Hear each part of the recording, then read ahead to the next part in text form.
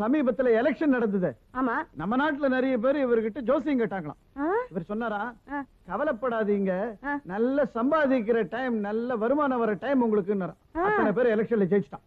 பணக்காரங்க கிட்ட, அதுவும் என்ன மாதிரி அரசியல் சப்போர்ட் உள்ள பணக்காரங்க கிட்ட மோதினா அடியாளுங்க எப்போ எங்க இருந்து எப்படி வருவாங்கன்னு சொல்ல முடியாது. எல்லா கூடாரத்தையும் எரிச்சு சாம்பல் ஆக்கிடுவோம். ஜாக்கிரதை. எந்த தலைவனுக்குமே ஆகாதுன்னு நினைக்கிறேன். அதனாலதான் இப்ப எல்லா தலைவர்களுமே வடக்கே பாத்துக்கிட்டு இருக்காங்க. ஒரே குஷிதான் உனக்கு. சேப்பு சொக்கா, கருப்பு கவுனு, குஷிக்கு கேட்பான. தூக்கம் வரலையேன்னு ஒரு புஸ்தகம் படிச்சுக்கிட்டு இருந்தேன். அதுல போட்டிருக்கான், பணத்தை பார்த்தா அதிர்ஷ்டம் அடிக்கும்னு போட்டிருக்கான்.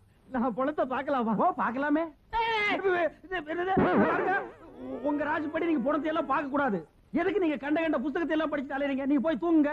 அப்போ நான் பணத்தை பார்க்க வேண்டாம் கூடாது. அப்படி பார்க்கணும்னு ஆசை இருந்தா இவனை பார்த்து போங்க. எதுக்குங்க? அதான் உங்களை பார்த்து